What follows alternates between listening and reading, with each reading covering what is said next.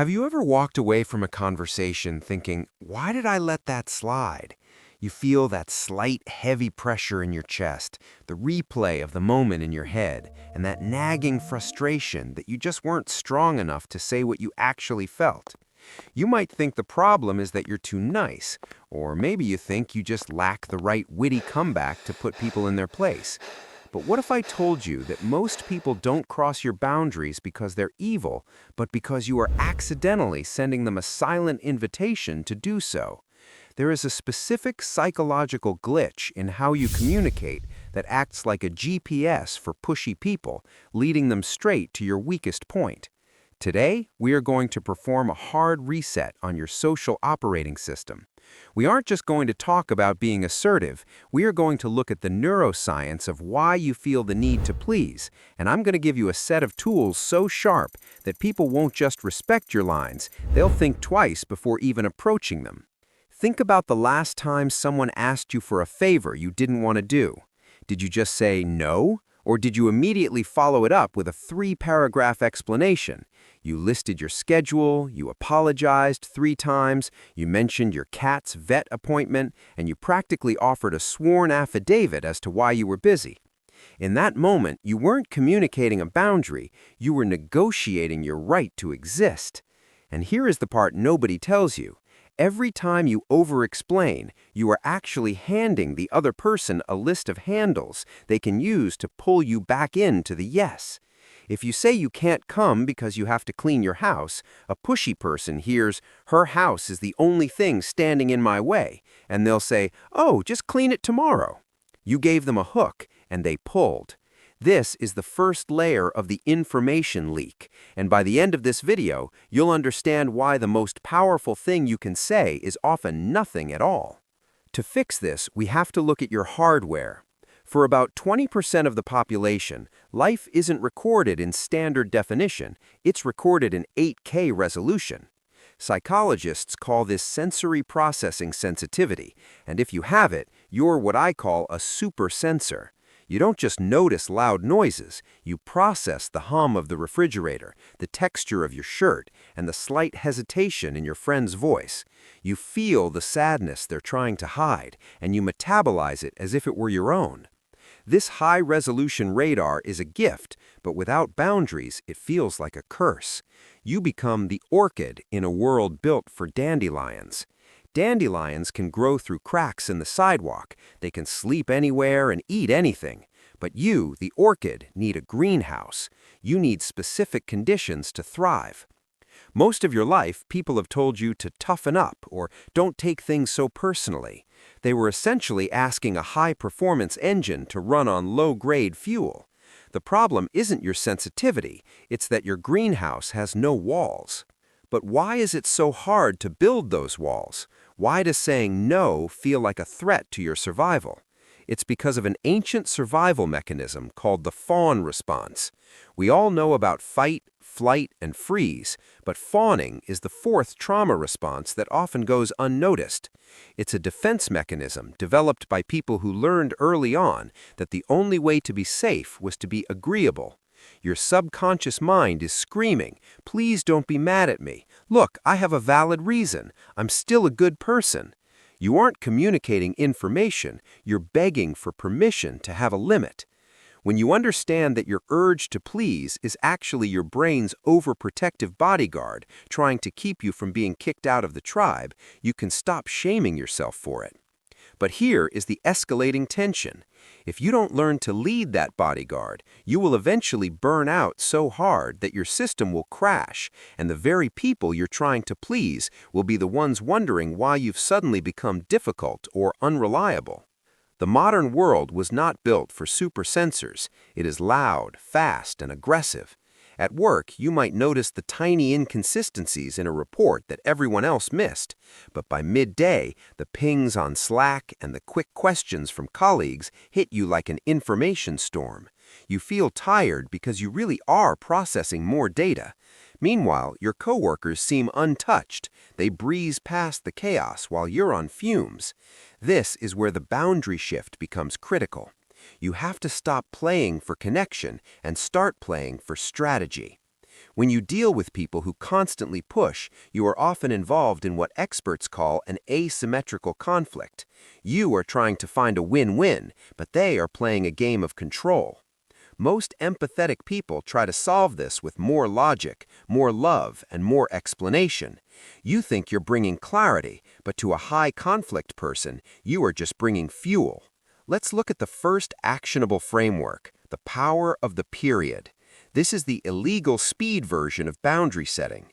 From now on, your goal is to remove the information leak. When you say, "I can't make it on Friday," follow it with a period. Not a comma, not a because, not an "I'm so sorry," just a period. Your anxiety will scream at you to fill that silence. It will feel like a vacuum, and you'll want to throw excuses into it to make it less awkward. Do not do it. Sit in that silence. That silence is where your self-respect grows. When you stop justifying your space on this earth, you act as a filter. You repel the people who only want to use you, and you attract the people who actually respect you. Your no is enough because your time and energy are the most expensive things you own. If you don't treat them as premium assets, nobody else will. Now, I want you to think of a specific person in your life who always seems to leave you feeling drained. Maybe it's a family member who guilt-trips you, or a friend who only calls when they need to vent for 2 hours. Notice the pattern. When they push, do you move? When they complain, do you fix? If so, you've been feeding what psychology calls supply. High-conflict personalities, those who fall into the dark tetrad of narcissism, Machiavellianism, psychopathy, and sadism, run on your emotional reactions. Your anger, your tears, and your long text messages are all rewards to them. It confirms they have control over you. To stop the cycle, you need to become as uninteresting as a gray rock. You don't argue, you don't defend, and you don't try to make them understand your point of view. You become boring. You provide short, non-committal answers like, "Okay, I see," or "That's an interesting perspective." You aren't being rude, you are withdrawing the fuel. But what about the workplace? You can't always just be a gray rock to your boss. This is where the pause protocol comes in. Your brain, as a supersensor, processes social data deeply, which means you need more time to make decisions than the dandelions around you. You are more prone to the immediate emotional impulse to say yes just to lower the tension in the room. From today on, your default answer to any new request is this: "Let me check my capacity and get back to you." This simple sentence is your shield. It buys you time for your logical prefrontal cortex to catch up and override the fawning response. In that pause, you can ask yourself the hard questions. Do I actually have the energy for this? Is this person nourishing or depleting? Is this good for my greenhouse? If the answer is no, you use another tool called BIF: brief, informative, friendly, and firm. No jade. Don't justify, argue, defend, or explain. Here is the part where most people sabotage themselves. They wait for the perfect moment to start setting boundaries. They wait until they feel confident. But confidence is a software update that only happens after the hardware has been tested. You don't feel ready to set a boundary. You set a boundary and then you feel confident. It's a behavioral loop. Every time you choose focus over distraction or your own peace over someone else's convenience, you are rewriting your identity. You are proving to your brain that you are a person who can control their world. This is what it means to enter main character mode. You stop being a background actor in someone else's drama and start becoming the architect of your own life. I want to share a story about a student I worked with who was the ultimate yes person. She was the one everyone went to because they knew she'd never say no. She was proud of it at first. She thought it made her indispensable. But her 8K brain was recording everything: the resentment, the fatigue, the tiny ways people took her for granted. One day, she just stopped. She didn't have a big blow-up. She just started using the power of the period. When a colleague asked her to cover a shift for the 5th time in a month, she simply said, "I'm not available that day." The colleague waited for the excuse. The silence lasted 10 seconds, Finally, the colleague said, "Oh, okay, I'll ask someone else." That was it. No drama, no fight. She realized that the monster she was afraid of, the rejection, was actually just a shadow. People don't fear you because you're mean. They start to respect the weight of your presence when they realize they can't move you with a simple tug. This leads us to the advanced strategy of strategic silence. In a world that's constantly screaming for your attention, the person who can sit in silence is often the most powerful person in the room. When someone says something disrespectful or pushes a boundary, instead of rushing to defend yourself, try just looking at them for 3 seconds before responding. This creates a pattern interrupt. It forces the other person to reflect on what they just said. It signals that you are an observer, not a performer. You aren't there to entertain their chaos. You are there to manage your own energy. This is how you build a boundary that is so clear it feels illegal to cross. You aren't building a wall to hide, you're building a filter so you can actually be present in the world without being destroyed by it. So here is your 24-hour challenge. I want you to pick one low-stakes boundary. Maybe it's not checking your email after 7 p.m., or maybe it's telling a friend you can't talk on the phone today. Use the power of the period. Don't explain why. Don't apologize for your needs. Just state the boundary and sit in the discomfort that follows. Notice how your overprotective bodyguard tries to convince you that you're being a bad person. Smile at that thought, and then stay firm. You are training a muscle. At first, it will feel heavy. Then it will feel routine. Eventually, it will feel like freedom. Your life doesn't change with giant cinematic transformations. It changes with these tiny, almost invisible decisions you make every day to honor your own nervous system. You have to be ruthless about removing depleting inputs.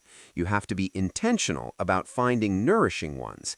And you have to be strategic about your boundaries. When you build your greenhouse, you don't just survive. You unlock what researchers call vantage sensitivity. This is the hidden power of the supersensor. When you are in the right environment, you don't just catch up to the dandelions, you surpass them. Your creativity, your depth, and your ability to see connections that others miss become your greatest assets. But these assets only work if you have the energy to use them. Boundaries are not about keeping people out, they're about keeping your light in. Imagine where you could be a year from now if you stopped leaking information and started protecting your supply. Imagine the version of you that wakes up without that heavy feeling of social debt. You are not too sensitive. You are not weak. You are a high-performance engine that has been running on the wrong settings. Today, we changed those settings. You have the scripts, you have the neuroscience, and you have the permission to say no. The only thing left to do is take action. Your future self is waiting in that greenhouse you're about to build. Don't keep them waiting any longer. Go get started, and remember, your existence is valid, your no is enough, and you do not need to justify your space on this earth. If you found this helpful, I want you to do 2 things.